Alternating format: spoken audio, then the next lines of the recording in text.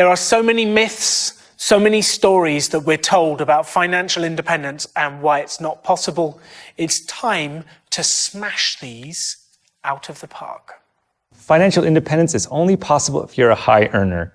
This is a very common one that everyone criticizes us on and being like, oh, wow, these guys make so much money and that's the only reason why it's possible. But we know that it's actually not just about income, right? It's actually about savings rate. The higher the savings rate, the faster you get to financial independence.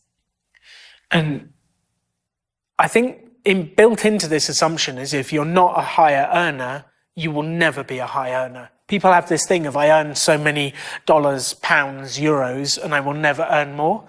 Like, ask for a raise, change careers, move jobs. There is always a way to make money if you want to. Like, why are you giving this excuse that, oh, I'm not a higher earner, therefore I can never achieve it?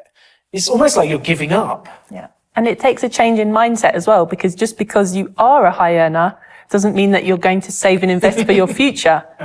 You might be spending all of that money and possibly more. There's people that earn a lot of money and are in debt because they spend more than they earn.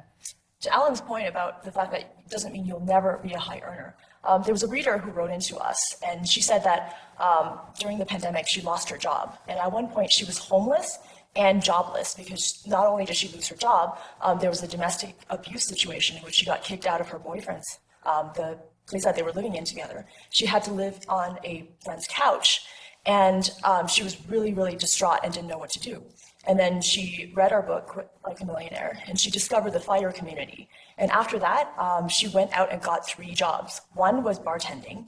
Another one is working as a personal support care worker. And she had a 3rd part-time job because now she had a goal to reach financial independence. And as a result, she went from having 0 in the bank to $100,000 in just 1 year.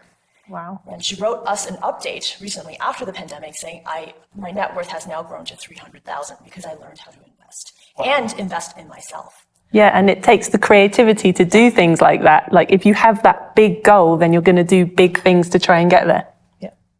So my overall advice is stop using this as an excuse and get on with it. It is possible to increase your income and get there if you don't even earn that much. It is possible.